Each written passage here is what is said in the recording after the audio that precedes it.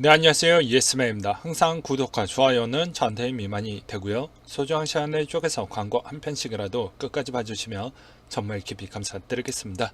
그리고 제 영상의 속도가 마음에 들지 않으신 분들은 영상 하단에 속도 조정기가 있으니 잘 참고하셨으면 좋겠네요. 비트코인 3차 반감기가 이제 얼마 남지 않았는데요. 60일도 채 남지 않았습니다. 1차 반감기, 2차 반감기 때를 제가 저번에 과거 차트로 해가지고 설명드리기도 했습니다. 지금의 반감기는 호재보다는 이제 대응의 구간이라고 볼 수가 있게 되겠는데요. 3차 반감기 때도 1차, 2차와 비슷한 형태로 만약에 가준다라고 할 시, 전에 반감기 전에 한번 낙폭이 있었고 후에도 낙폭이 있었기 때문에 이번 비트코인 반감기가 다 지난 이후에도 계속 긴장을 늦추지 마시고 잘 대응을 하셔야 되지 않을까라고 생각을 해볼 수가 있게 되겠습니다. 그리고 이번에 질병 사태로 인해서 점차적으로 비트코인에 대한 여러 가지의 수급에 대한 현물의 문제점도 조금씩 보여주고 있다 보니까 그것도 좀 걱정이 되기도 해요. 거래소의 이더리움 유입량이 사상 최대치를 보여주고 있다고 되어져 있는데요. 내용을 같이 보도록 하겠습니다. 최대 기록 시점은 2018년도 12월 당시의 이더 가격은 89달러까지 하락을 했으며 최근 주요 거래소의 이더 유입량은 1450만 이더를 기록을 하고 있다. 이후 향후 거래소로 보내진 이더들의 매도가 되었음을 의미를 하는 바이다.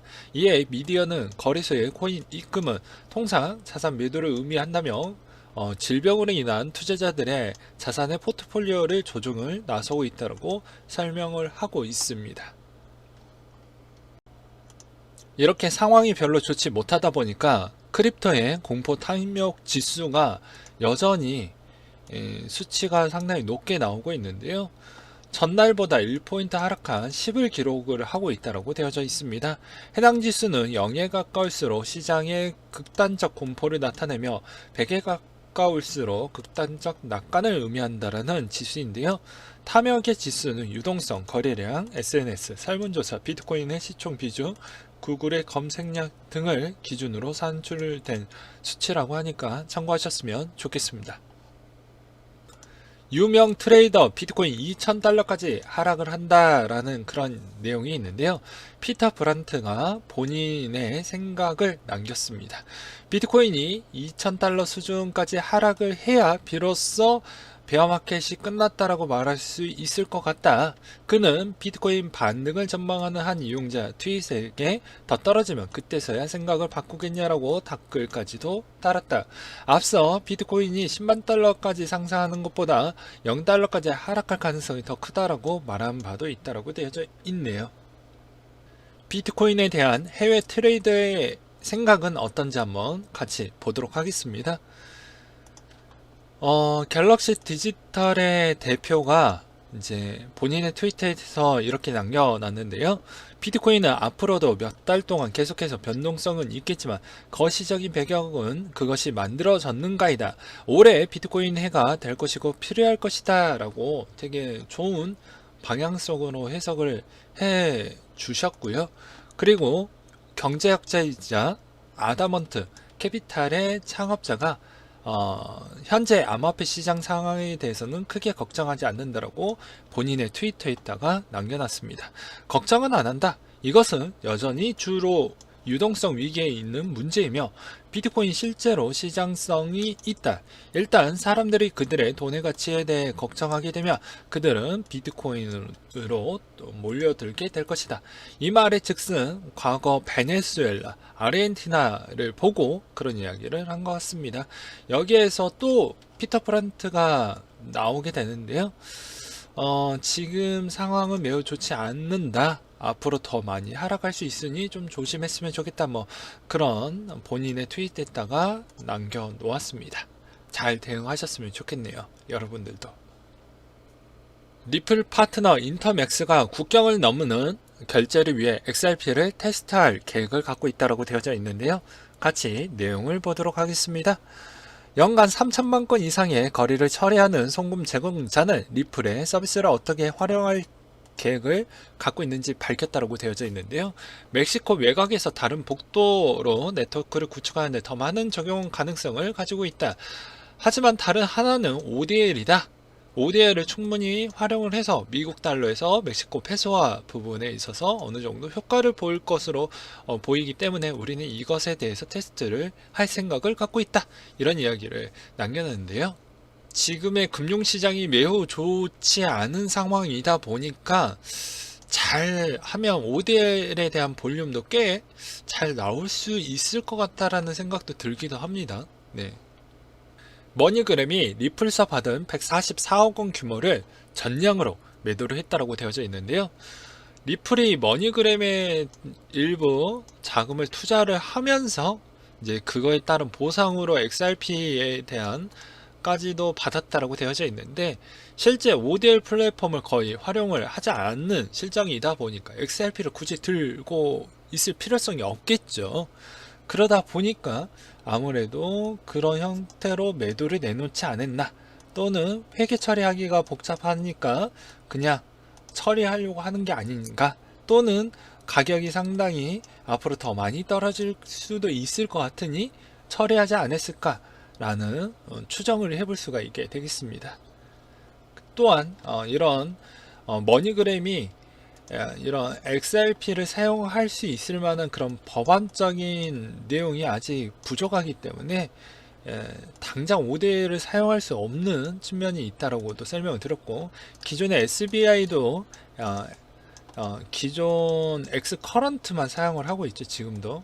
그러니까 거의 동일한 시점이라고 보시면 될 것 같습니다. 그래서 ODL 플랫폼이 진짜 본격으로 가동이 되려고 하면 해당 법안에 대한 측면이 조금 더 매끄럽게 많이 나와 주어야지만 원활하게 사용을 할 수 있다라는 점을 기본값으로 좀 두시면서 보셨으면 좋겠고, 이 물량은 또 이렇게 시장이 안 좋을 때 나왔기 때문에 아무래도 또 해당 트윗에서 많이 시끄러울 것으로 보여집니다. 지금 비트코인을 사야 될까? 주식 폭락장에 비트코인 검색 또한 많이 늘었다라고 되어져 있는데요. 중국의 관련된 차이징에 따르면요, 비트코인 검색 인덱스가 183% 증가했으며 블록체인 검색 지수도 28% 증가를 했다라고 되어져 있습니다. 이더리움도 찾는 사람이 꽤 많이 늘었다라고 되어져 있네요. 미국 같은 경우도 거의 비슷하다라고 볼 수가 있게 되겠는데요. 비트코인 검색 지수가 역대 최고치를 기록했다고 되어져 있습니다. 그렇기 때문에 아무래도 암호화폐를 이 시점에 구매를 하는 게 맞지 않을까라는 그런 생각을 갖고 있는 사람들이 꽤 많이 늘었다라고 볼 수는 있겠죠. 그렇기 때문에 우리한테 그나마 새로운 수급이 들어올 수 있을 만한 측면을 일단 선제적으로 체크를 해볼 수 있는 자료 중에 하나였다, 이렇게 보시면 될 것 같습니다. 등급법이 통과가 되면서 이제 해외 거래소도 체계를 확 바꿔가고 있는 실정인데요. 같이 내용을 보도록 하겠습니다.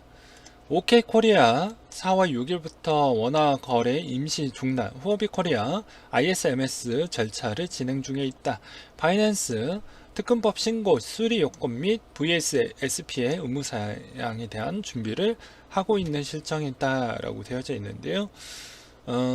아무래도 해외 거래소 쪽은 이렇게 좀 늦게 했던 측면은 기존에도 설명을 드리기도 했지만, 기존의 한국인들에 대한 유저 폭이 얼마만큼 현 상태를 유지를 할 것인지, 또는 뭐 해당 한국에 대한 정보에 대해서 앞으로 어떻게 암호화폐 시장을 끄집어 갈 것인지에 따라서 좀 느리게 반응을 했다라고 저는 추정을 하고 있습니다. 크립토 헤지 펀드 어댑티드가 비트코인의 폭락 후에 운영을 중단한다라고 밝혔는데요. 내용을 보시게 되면 투자자들에게 보낸 서한에 운영을 접고 남은 자금을 투자자들에게 반환한다고 밝혔다. 이처럼 불안정한 환경에서 운영을 계속하는 데에 따른 리스크가 너무 크다라는 것을 느꼈기 때문에 이번에 이렇게 좀 정리를 했다라고 되어져 있는데, 매우 안타깝다라고 볼 수가 있게 되겠죠. 중국의 비트코인 검색 수가 급격하게 늘어나고 있다. 금과 비교가 많이 되어가고 있다라고 되어져 있는데요. 중국에서 검색된 지수 바이두 기준으로 보았을 때 183%나 상승을 해주었고요. 비트코인에 대한 인기도는 구글 트렌드에 대한 측면의 수치값을 보았을 때도 상당히 많이 올라왔다는 걸 보실 수가 있습니다. 구체적으로 스페인, 스위스, 네덜란드, 유럽 국가의 기준과 금액 검색 수가 거의 팽팽하게 지금 진행이 되어가고 있다고 하는데 대략 6대4 정도가 나오고 있네요. 일본 같은 경우에도 상당히 많은 급증세를 보여주고 있다. 이 말의 즉슨 국가의 지금 신용화폐 자체가 상당히 유동폭이 매우 커지고 있는 실정이다 보니까 금에 대한 검색량과 비트코인에 대한 검색량이 동시에 같이 늘어나는 거 아니겠냐 라고 볼 수가 있게 되겠죠. 유독 중국 쪽은 아무래도 이번 계기로 있어서 뭔가 좀 느낀 게 있었으니까 183%나 상승을 한 게 아닌가 라는 생각도 들기도 합니다. 즉 이번 질병으로 인해서 중국에서 사는 삶보다는 해외에서 살고자 하는 삶이 더 가치 있는 삶이지 않을까라고 생각했던 중국인들이 꽤 많이 늘어나지 않았을까라는 조심스러운 생각이 들기도 했거든요. 왜냐면 처리 절차나 뭐 강압적인 행동 이런 걸 보았을 때 상당히 실망감을 꽤 컸었을 것으로 보여지기 때문입니다. 그래서 이 비트코인으로 어느 정도 좀 처리를 하려고 하는 수요도 좀 있지 않을까라는 생각도 들기도 했었거든요. ICO 스케줄에 대해서 한번 보도록 하겠습니다. 네오에 대한 소식이 3월 31일자에 상당히 많이 담겨져 있고요. 네, 그리고 그 다음 페이지를 넘겨서 한번 보도록 하겠습니다. 넘겨서 보게 되면요, 온톨로지도 3월 31일자에 페이먼트 관련된 소식이 잡혀져 있고요. 네, 그리고 그 다음 페이지를 또 넘겨서 한번 보도록 하겠습니다. 그 다음 페이지를 넘겼을 때 QLC 체인에 대한 스테이킹에 대한 소식이 눈에 좀 들어오고요. 네, 비트코인 캐시에 대한 크립토닷컴 리스팅이 일정이 잡혀져 있으며 또 크립토닷컴에 대한 스테이킹 보상 스냅샷이 이루어진다라고 되어져 있습니다. 원체인의 토큰의 통합 일정도 잡혀져 있으니 잘 참고하셨으면 좋겠네요. 네, 오늘은 여기까지 준비를 했고요. 항상 여러분들한테 힘이 되고 도움이 되는 예스맨이 되도록 하겠습니다.